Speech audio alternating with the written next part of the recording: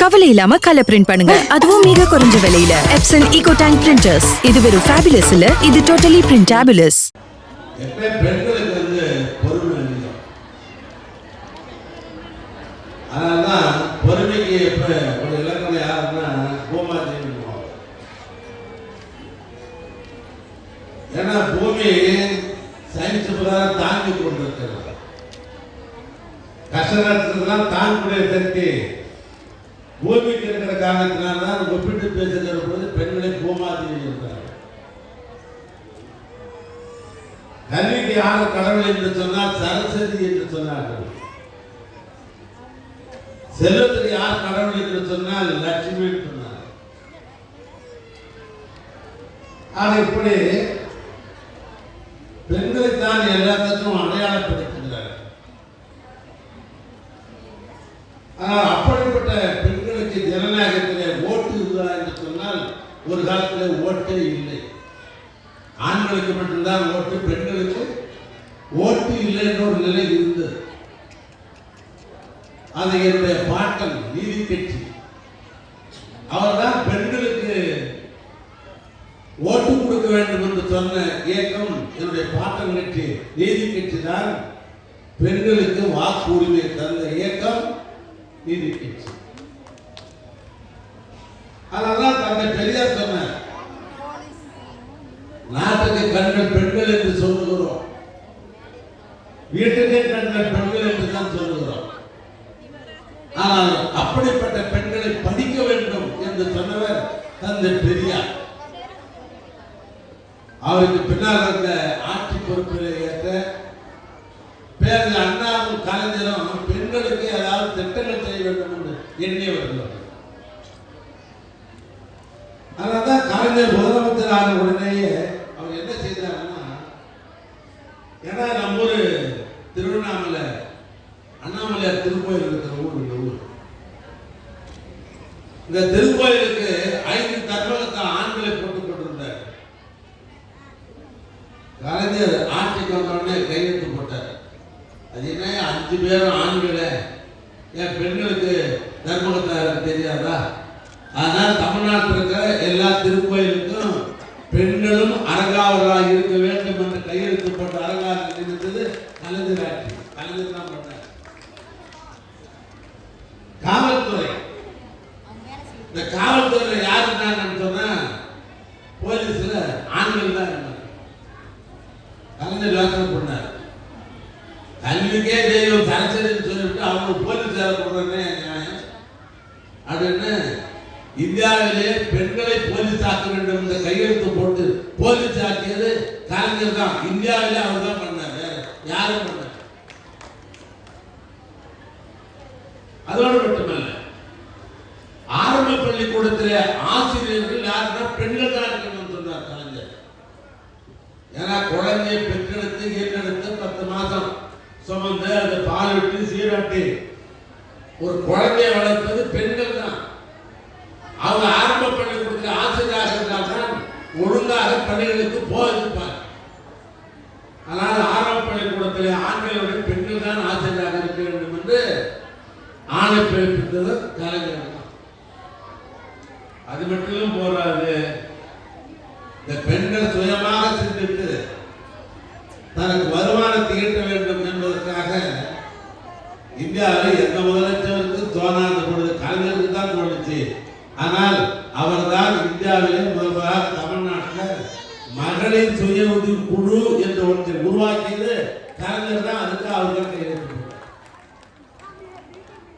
ஆனால்தான் அவர் வழியிலே வந்திருக்கிற இன்றைய முதலமைச்சர் அவர்கள் எல்லாத்துக்கும் பெண்களுக்கு முக்கியத்துவம் தர வேண்டும் என்ற அடிப்படையில் தான் இங்கே தொலைக்காட்சியிலே ஒன்றன் ஒன்றாக இந்த 4 ஆண்டு காலத்திலே திராவிட மாடல் ஆட்சியில் என்னென்னலாம் இந்த ஆட்சியில் செய்திருக்கிறோம் என்பதை படக்காட்சியின் மூலமாக உங்களுக்கு காட்டிக் கொண்டிருந்தார்.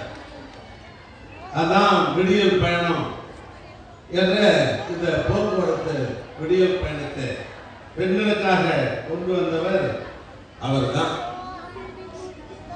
அதே போன்று புதுமை பெண் திட்டம். அந்த புதுமை பெண் திட்டம் என்பது பெண்கள் கல்லூரியில் படித்தால் அதற்கு 1000 ரூபாய் அரசின் சார்பாக நான் தருகிறேன் என்று சொல்லி கையெழுத்து போட்டு பணம் கொடுத்திருக்கிறார் தமிழ்நாட்டு முதலமைச்சர். அது பெண்களுக்கான தான். அது மட்டுமல்ல, இன்றைக்கு நான் பேசுகிற பொழுது சொன்னேன், திருவண்ணாமலையில் இன்றைக்கு எவ்வளவு பெரிய ஊர்ல யாரெல்லாம் தலைவர் சொன்னா இங்க நிர்மலா சகோதரி தான் மாநகரத்தின் மேயர். அவரோட இன்னைக்கு நகரமன்ற உறுப்பினர்லாம் வந்திருக்கிறார். ஆனா அவங்கள வழிநடத்துறது யாருன்னா ஒரு பெண் தான். இது நம்ம ஊர்ல மட்டும் இல்லை, தமிழ்நாட்டில் 21 மாநகராட்சியில இன்றைக்கு பெண்கள் மட்டும் எவ்வளவு இருக்கிறாங்க தெரியுமா? 11 மாநகராட்சியில நம்முடைய நிர்மலாவை போல நகராட்சி மாநகராட்சி நடத்தி கொண்டிருக்கிறார்.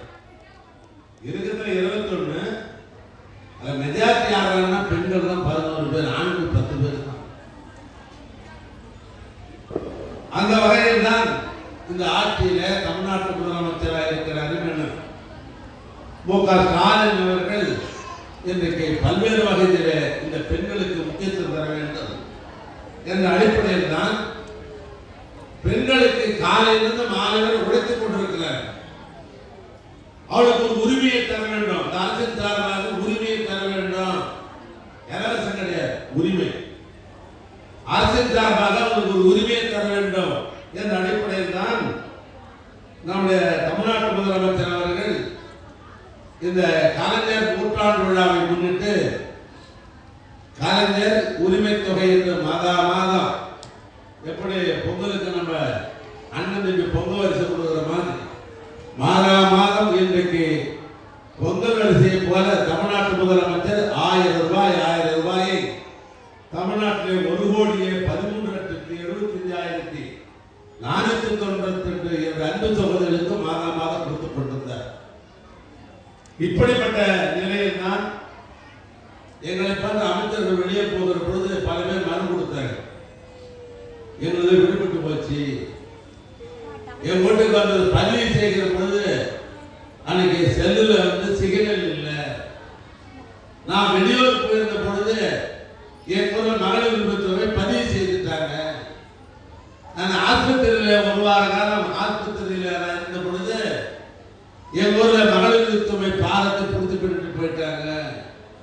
எப்படி பல்வேறு வகையில விடுபட்டது என்று எங்களிடத்தில் மனு கொடுத்த அடிப்படையில் தான் நாங்கள் தமிழ்நாட்டு முதலமைச்சரிடத்தில் அமைச்சரவையிலே சென்று எப்படி தமிழ்நாட்டில் விடுபட்டவர்களுக்கெல்லாம் மீண்டும் பணம் தர வேண்டும் என்று சொன்ன அடிப்படையில் தான் நம்முடைய மாண்புமிகு முதலமைச்சர் அவர்கள் அந்த விடுபட்ட தகுதியான, நான் மீண்டும் சொல்கிறேன், விடுபட்ட தகுதியான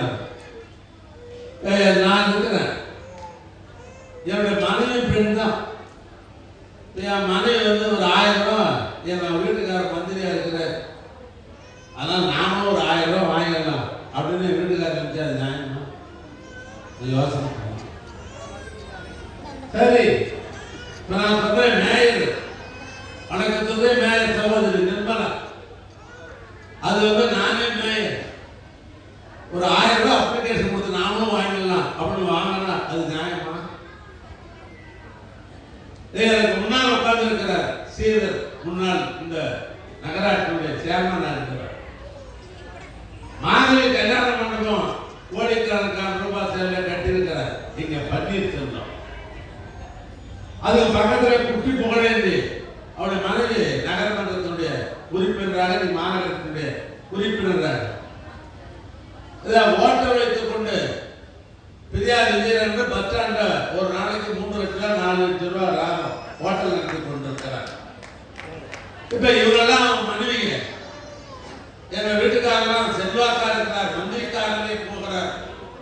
ஆனா நாங்களும் அப்ளிகேஷன் கொடுத்து வாங்கிக்கணும்னு சொன்னா அது நியாயமா?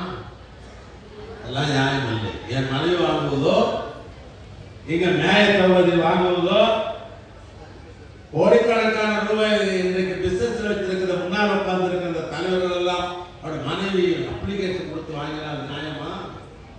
இதைத்தான் நீங்க சேலத்துக்கு அந்த ஒரு அற்புதமான ஒரு சகோதரி சொன்னாங்க, நான் எனக்கு 1000 ரூபாய் கொடுத்தாங்க, நான் முதல்ல கோழி 2 வாங்கினேன், அது முட்டை வித்து அதுக்கு மேல ஆடு வாங்கினேன், அதுக்கு ஆடுக்கு பின்னால் இன்னொரு 2வது ஒரு ஆடு வாங்கினேன் என்று சொன்னால் 1000 ரூபாய் என்பது இந்த குடும்பத்தின் பொருளாதாரத்தை உயர்த்துவதற்காக தமிழ்நாட்டு முதலமைச்சர் கொடுத்திருக்கிறார். 1000 ரூபாய் இருந்தால் எனக்கு மருந்து மாத்திரை சாப்பிட்டு நான் உயிர் வாழ்வேன். இந்த 1000 ரூபாய் இருந்தால் எனக்கு பொங்கல் செலவு, தீபாவளி செலவு போகும். இந்த 1000 ரூபாய் இருந்தால் என் பையனுக்கு படிப்பதற்கு செலவாகும் என்று நினைக்கிற குடும்பத்திற்கு இந்த 1000 ரூபாய் போனான்னா நியாயம் ஒழிய எங்கள் குடும்பத்துக்கெல்லாம் 1000 ரூபாய் வேண்டும் என்று சொன்னார். அது தவறு. அப்படி பார்த்து விடுபட்டதை எல்லாம் தமிழ்நாட்டு முதலமைச்சர் இன்றைக்கு தொடங்கி வைக்கிற நிகழ்ச்சி தான் நடைபெறுகிறது. இப்பொழுது தொடர்ந்து அவர் உரை நிகழ்த்தப் போகிறார்கள். அந்த உரையை நீங்கள் எல்லாம் தயவு செய்து கேட்க வேண்டும். அதை தொடர்ந்து அவர் காடு கொடுக்கிற பொழுது இங்கே இருக்கிற அங்கீகரிக்கப்பட்டிருக்கிற சகோதரிகளுக்கு என் திருக்கரத்தால் காடு கொடுத்து இது நிறைவடையும்.